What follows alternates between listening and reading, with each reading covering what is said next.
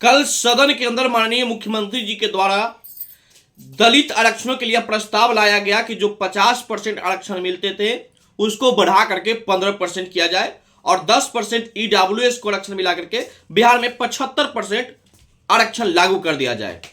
अब मैं पूछना चाहता हूं बिहार के उन तमाम नेताओं से जो संविधान का हवाला देकर के ये कहते थे कि ईडब्ल्यूएस आरक्षण संविधान के दायरे से बाहर है, तो क्या ये 15% जो आरक्षण बढ़ाने की बात चल रहा है, क्या ये संविधान के दायरा के अंदर है? सिर्फ आप लोग को संविधान के दायरे के बाहर आरक्षण सिर्फ सवर्णों का दिखता था। और मुख्यमंत्री जी अभी 24 का चुनाव है और 25 का चुनाव है, इसलिए अपना वोट बैंक बढ़ाने के लिए इस प्रकार का प्रस्ताव लाने की बात कर रहे हैं। और बाकी इनके प्रस्ताव का समर्थन करते हुए पक्ष और विपक्ष के लोग मेज थपथपा रहे थे। तो याद रख लीजिएगा, ये जो आप मेज थपथपाने वाला वीडियो जो आप मुस्कुराते हुए दिखा रहे थे, इसका कहीं ना कहीं आप लोगों को खमियाजा भुगतना पड़ सकता है। बिहार में जातिगत जनगणना के आंकड़े पेश हुए, इस जातिगत जनगणना के आंकड़े में कितना अनियमितता बढ़ता गया है वो आप लोग भी जानते हैं और हम भी जानते हैं। मैं इस बिहार का निवासी नहीं था? क्या इस सवर्ण समाज इस बिहार का निवासी नहीं है?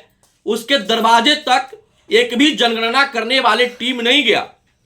जनगणना इतना जल्दीबाजी में कर दिया गया, आंकड़ा प्रस्तुत इतना जल्दीबाजी में कर दिया गया, जैसे लगता है कि अब मुख्यमंत्री जी को यह प्रतीत हो चुका है कि अब हम सत्ता में ढेर दिन तक बने नहीं रहेंगे, तो अब वोट बैंक को राजनीति करने का प्रयास चल रहा है।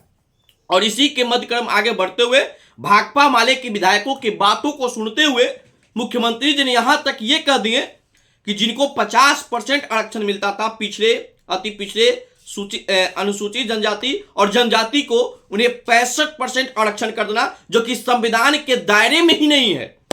अब बताइए कि संविधान के दायरे का या संविधान का उल्लंघन करके इस राज्य में इस प्रकार से आरक्षण को बढ़ा दिया जा रहा है, जैसे लगता है कि इन लोग को बपौती हो चुका है। अब ये सत्ता में बैठ कितने अहंकार हो चुके हैं कि इनको जो मन में आ रहा है वो कर रहे हैं, चाहे न्यायालय को ताक पे धर दे रहे हैं या संविधान को ताक पे रख करके जो इनकी मर्जी होगा वही करेंगे।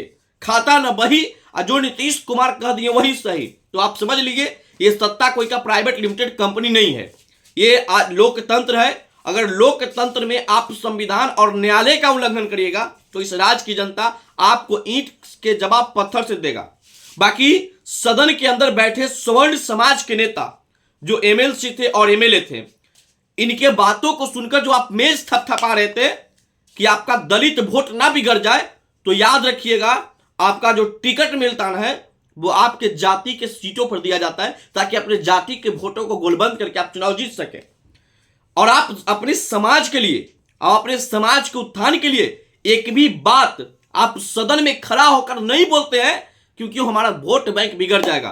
आप दलित के नेता दलित के उत्थान के लिए सदन में खड़ा होकर के अपनी बातों को प्रमुखता से रखते हैं। उनको इस बात का डर नहीं होता है कि सवर्ण समाज हमको वोट नहीं करेंगे, लेकिन सवर्ण समाज को जो नेता होते हैं वो सवर्ण समाज के हित की बातों को लिए जो सही बात है वो सही बात बोलने के लिए भी सदन में खड़ा होकर नहीं बोलते हैं, वो अपने जुबान नहीं खोलते हैं सिर्फ और सिर्फ क्षणिक वोट के लिए। तो आप याद रख लीजिएगा नेताजी, आपको सिर्फ इसलिए समाज वोट नहीं देगा कि आप भूमियार ब्राह्मण लाला राजपूत से आते हैं। जब इस समाज से आते हैं और इस समाज का वोट पाते हैं तो इस समाज को उत्थान के लिए भी आप सदन में आवाज उठाइए। अगर आप नहीं उठाते हैं तो आपको बिहार की जनता, सवर्ण समाज, जिस समाज का नेतृत्व करने के लिए आपको सदन में भेजा जाता है, वो समाज आपको सत्ता से बेदखल कर देगा और अपने समाज के दूसरे बेटे को सदन के अंदर भेजेगा जो ये साहस कम से कम दिखा सके, अपने समाज की मुद्दे की बातों को सदन के अंदर बोल सके प्रमुखता से, सरकार को यह बतला सके कि हमारे समाज में भी गरीबी है। ये जो आंकड़ा पेश हुआ है गरीबों का, इस आंकड़ा में भी कहीं ना कहीं फर्जीवाड़ा किया गया है। हमारे समाज में अत्यधिक गरीबी है और गरीबी के आधार पर आरक्षण हमको बढ़ना चाहिए था, ना कि आरक्षण उनको बढ़ना चाहिए था। दलित दलित है, शोषित शोषित है, वंचित वंचित है, उनके साथ हकमारी कौन किया है?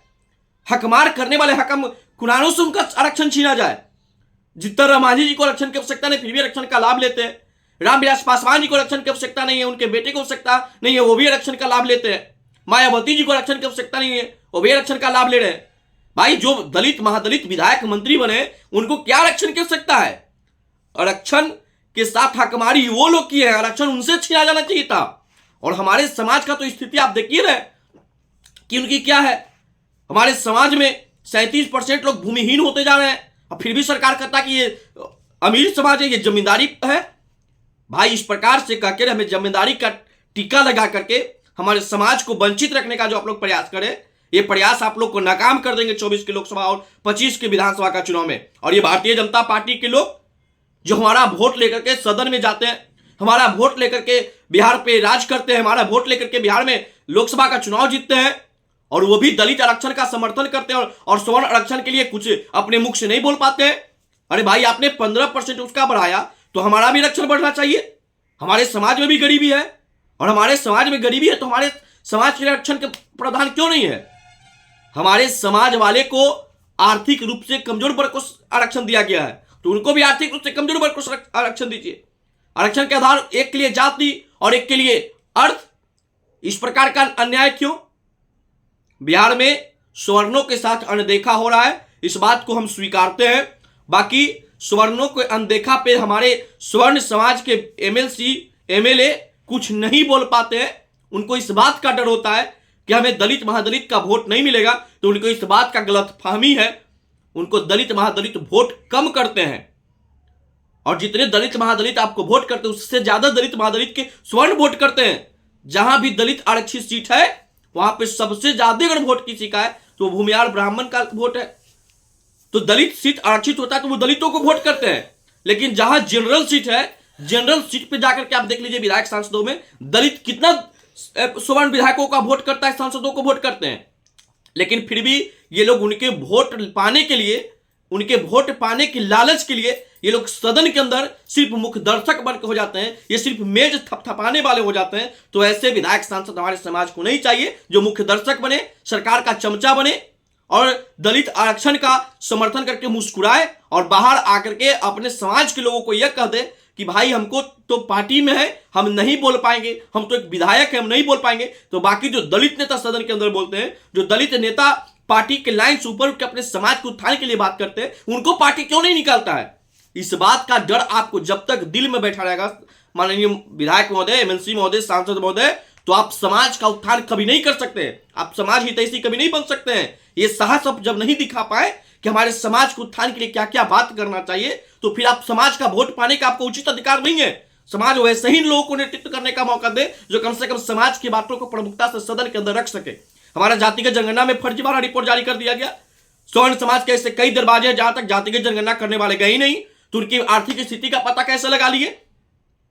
सरकार ये यहां तक ये दलील दे दिया कि किसी का दरवाजा बंद था तो जनगणना वाले बगल के घर से जनगणना करके उनका रिपोर्ट लेके चले गए। तो आप बताइए कि हमारा पड़ोसी हमको कैसे बता देगा कि हमको कितना आमदनी है?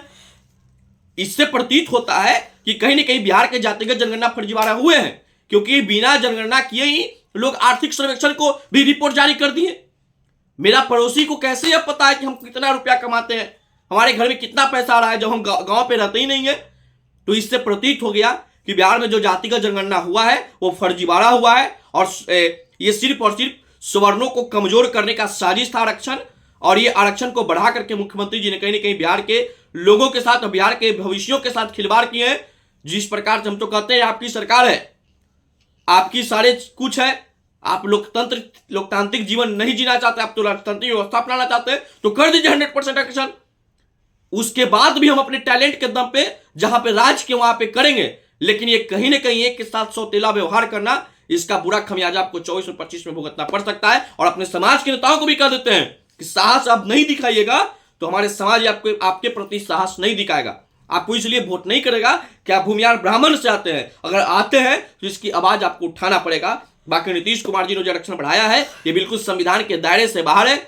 आज हमारा संविधान अगर सच में है तो आज संविधान खतरा में है, और संविधान के खतरा करवाने वाले जो संविधान के अपने आप को ज्ञाता मानते थे, जो संविधान लिखने वाले के अपना गुरु मानते थे, आज अपने गुरु पे एक बहुत बड़ा प्रहार यही लोग कर रहे हैं। बाकी आपको जातिगत जनगणना में क्या फर्जीवाड़ा हुआ आप भी जानते हैं। बाकी जो बिहार सरकार 15% आरक्षण बढ़ाने की बात करे उससे आप कितना सहमत है, कितना असहमत है, कमेंट बॉक्स में प्रतिक्रिया देकर के बताइएगा। बाकी इस प्रस्ताव का मैं कड़ी निंदा करता हूं। इस पर सरकार को पुनः विचार करना चाहिए। अगर आरक्षण बढ़ाया जा रहा है तो हमारा भी आरक्षण बढ़ना चाहिए। बाकी इस वीडियो को देखने के लिए आप सभी को धन्यवाद। जय हिंद, जय भारत।